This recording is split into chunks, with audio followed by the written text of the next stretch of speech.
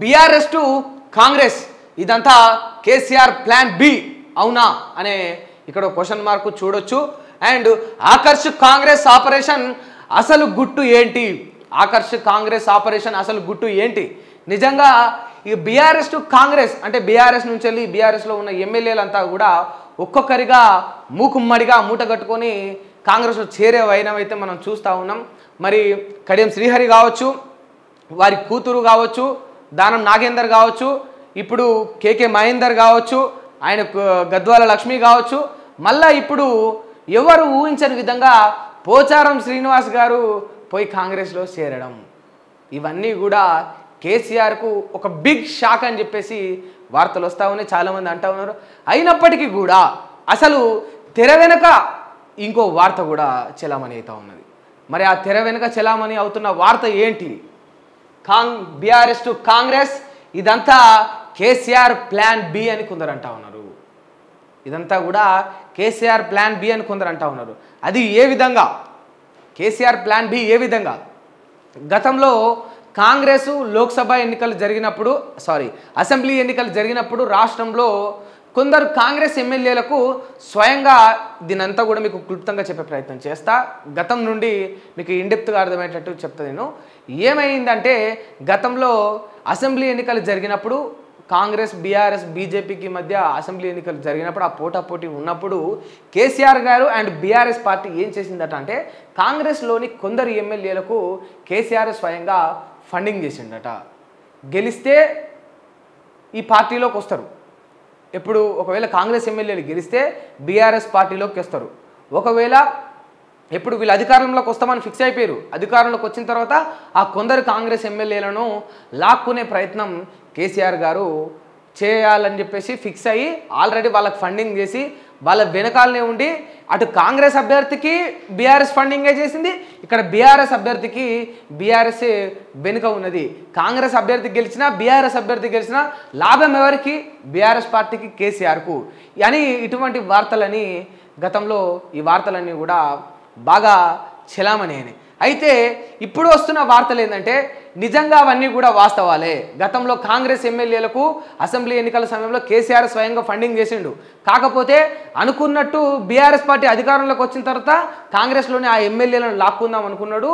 ఇప్పుడు ఎవరు ఊహించని రీతిలో కేసీఆర్ గారు ఓటమి పాలై కాంగ్రెస్ అధికారంలోకి వచ్చిన తర్వాత అధికార పార్టీని వీడి ఎవరైనా ఎమ్మెల్యేలు వస్తారా?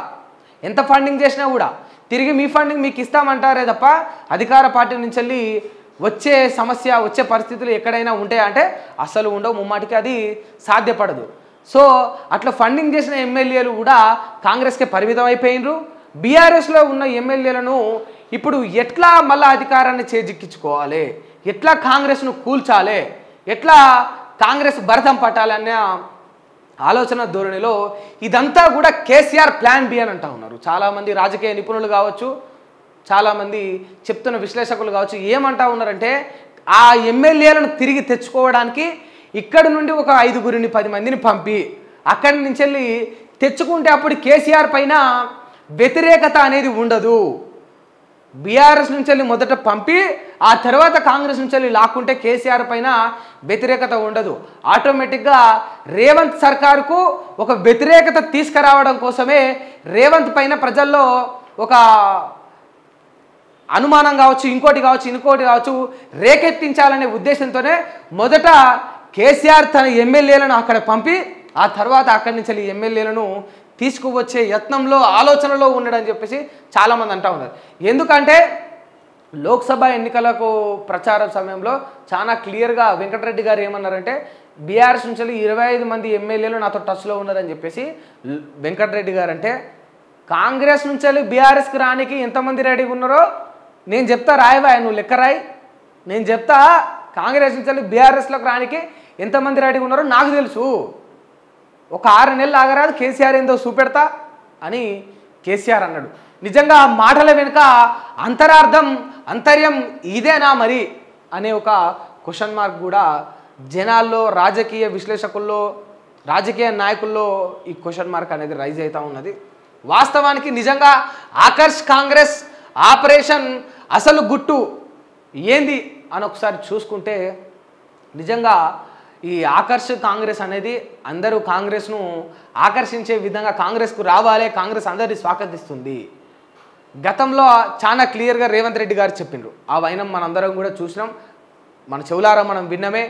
రేపో మాపో పుట్టుమని సచ్చేటోడు పొన్నాల లక్ష్మయ్య గురించి జనగామ జిల్లా కాంగ్రెస్ అధ్యక్షులు, ఆయన రాష్ట్రంలో సీనియర్ నాయకులు, అటువంటి వ్యక్తిని పార్టీ మారినప్పుడు నేటి ముఖ్యమంత్రి రేవంత్ రెడ్డి గారు గతంలో అన్న మాట ఏంటంటే, రేపో మాపో సచ్చటోడు ఇట్లా పార్టీలు మారితే ఏం విలువ ఉంటుంది అన్నట్టు ఆయన వయసుకు ఆయన యొక్క సీనియారిటీకి ఎక్కడ కూడా రెస్పెక్ట్ చేయకుండా అన్నాడు.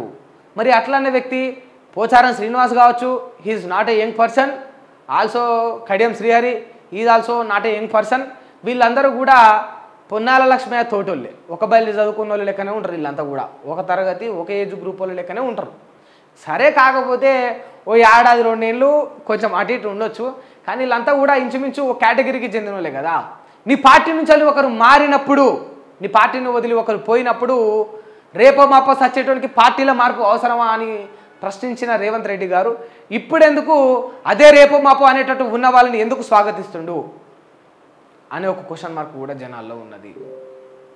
రైట్. అయితే ఈ వాస్తవాలన్నీ కూడా ఒక్కసారి చాలా క్లియర్గా చూసుకుంటే ఇది పాజిబులా, నిజంగా ఇదంతా కూడా కేసీఆర్ ఈ ప్లాన్ చేసి వీళ్ళందరినీ పంపిస్తున్నా అనేది పాజిబులా అనేది ఒకటైతే, ఇంకొక అంశం ఏంటంటే కాదు అసలు కేసీఆర్ ప్రభుత్వాన్ని నిండా కూల్చడానికి ఇంకొక 5 ఏళ్ళు, ఈ 5 ఏళ్ళు కాక మళ్ళొచ్చి 5 ఏళ్ళు కూడా తానే ముఖ్యమంత్రిగా ఉండడానికి ఇదంతా రేవంత్ రెడ్డి వేస్తున్న ప్లాన్ అని చెప్పేసి ఇంకొందరు అంటా ఉన్నారు. కాంగ్రెస్ శ్రేణుల్లో కాంగ్రెస్ నాయకుల్లో అంటుంది ఏంటంటే, రేవంత్ అన్న ఆట మొదలు పెట్టిండు, ఇక బీఆర్ఎస్ ప్రభుత్వాన్ని అంచెలంచెలుగా కూల్చేస్తున్నాను. కాకపోతే ఒక అంశం ఎందుకు గుర్తుపెట్టుకోవాల్సిందంటే, ప్రభుత్వాలు కూలిపోతుండొచ్చు, మళ్ళా ప్రజలు ఓట్లేస్తే పడగెడుతుండొచ్చు, కానీ ఇక్కడ పార్టీలు సులభంగా మాత్రం కూలిపోవు. పార్టీలు కూలిపోవడం అనేది అంత సులభతరం అనేది కాదు. ఎందుకంటే ఇది ఆంధ్రప్రదేశ్ కాదు, ఆంధ్రప్రదేశ్లోని కాంగ్రెస్ పార్టీ కూడా కాదు. బీఆర్ఎస్ పార్టీయే కావచ్చు, బీజేపీయే కావచ్చు, ఇక్కడ చూసుకుంటే కాంగ్రెస్ పార్టీయే కావచ్చు. తెలంగాణలో ప్రాంతీయ పార్టీలు కూలిపోవడం అంత సాధ్యపడదు. ఎందుకు అంటే జాతీయ పార్టీలకైనా ఆ స్కోప్ ఉంటుంది. ప్రాంతీయ పార్టీలు అనేవి ఉండడం వల్ల రాష్ట్రానికి ప్రయోజనాలు ఉంటాయి. దోసుకోనోడు ఎవడు లేడు, అందరు దొంగలే. ఓపెన్గా మాట్లాడుకుంటే, కుల్లా గుత్తా మాట్లాడుకుంటే, వాస్తవాలు ఒక్కసారి మన కళ్ళకు కట్టినట్టు మనమే డిస్కస్ చేసుకుంటే అందరూ దొంగలే. దొంగలల్లో మంచి దొంగ ఎవడనే మనం డిసైడ్ కావాలి, అంతే. అందరూ దొంగలే. దొంగలల్లో మంచి దొంగ ఎవడు, ఓ రూపాయి తిన్నా ఓ రూపాయి పెట్టేటోడు కావాలి. మొత్తం 2కు 2 దోసుకునేటోడి వల్ల ఈ రాష్ట్రానికి కావచ్చు, ఈ ప్రజలకు కావచ్చు ఎటువంటి ఉపయోగం ఉండదు అని చెప్పేసి ప్రజలందరూ కూడా గమనించాలి. కాకపోతే జనాల్లో చైతన్యం మొదలై జనాల్లో ఆవశ్యకత వచ్చినప్పుడు నిజంగా జనాలు అంత ఖచ్చితంగా పార్టీలకు, నాయకులకు, జెండాలకు, కండువాలకు బానిసలుగా వ్యవహరించకుండా రియాలిటీలో బతికినప్పుడు ఏమవుతుందంటే, ఇవాళ రూపాయి దీన్ని రూపాయి పెడతాడు ఒక రాజకీయ నాయకుడు. నువ్వు అదే ధోరణిలో వ్యవహరిస్తే ఓ రూపాయి తిని ఓ రూపాయి పెడతాడు. నువ్వు అట్లనే వ్యవహరించినప్పుడు ఆటాన తింటాడు. నువ్వు ఇంకా స్ట్రిక్ట్ అయినప్పుడు, నీలో ధైర్యం వచ్చినప్పుడు, నీలో ప్రశ్నించే తత్వం వచ్చినప్పుడు, మీరందరూ ఏకమైనప్పుడు ఆ ఆటాన కాదు కదా, వాడు 25 పైసలు తినాలన్నా కూడా భయపడతాడు. ఆ భయాన్ని తీసుకురావాలి. చట్టాలు ఏదేముంటుంది చెప్పు, చట్టాలు ఏదేముంటుంది? గట్టిగా అయ్యో మొర దేవుడా అంటే బెయిలిచ్చే చట్టాలు కూడా ఉన్నాయి. ఉరి శిక్షలు పడాల్సిన వాళ్ళు బెయిల్ మీద బయటకు వచ్చి సంతోషంగా తిరుగుతున్న వాళ్ళు ఉన్నారు ఈ దేశంలో. ఈ చట్టం కఠినంగా లేదని నేను అనట్లేదు, కాకపోతే ఈ చట్టంలో చాలా లొసుగులు అనేవి ఉన్నాయి. సో చట్టాలను నమ్ముకుని దాని పరంగానే వ్యవహరిస్తా అంటే కాదు. ఒక్కసారి ప్రజల్లో చైతన్యం రావాలి. ఆ ప్రజలందరూ ఏకమై తప్పుడు పాలన చేసేవాడు, అన్యాయంగా పాలించేవాడు, ప్రజా సొమ్మును దోసుకొని వాడి కడుపు నింపుకునేవాడు, ప్రజల పొట్టగొట్టే రాజకీయ నాయకులకు బుద్ధి చెప్పాల్సిన అవసరం చట్టాల కంటే, న్యాయ వ్యవస్థల కంటే, న్యాయాధికారుల కంటే, న్యాయవాదుల కంటే, అధికారుల కంటే కూడా ఎక్కువ బాధ్యత, ఎక్కువ అవసరం, ఎక్కువ ఆవశ్యకత ఎవరికి ఉంటుందంటే ముమ్మాటికి ప్రజలకే ఉంటుంది. ఈ అంశాలన్నీ కూడా ప్రజలు గమనించాలి.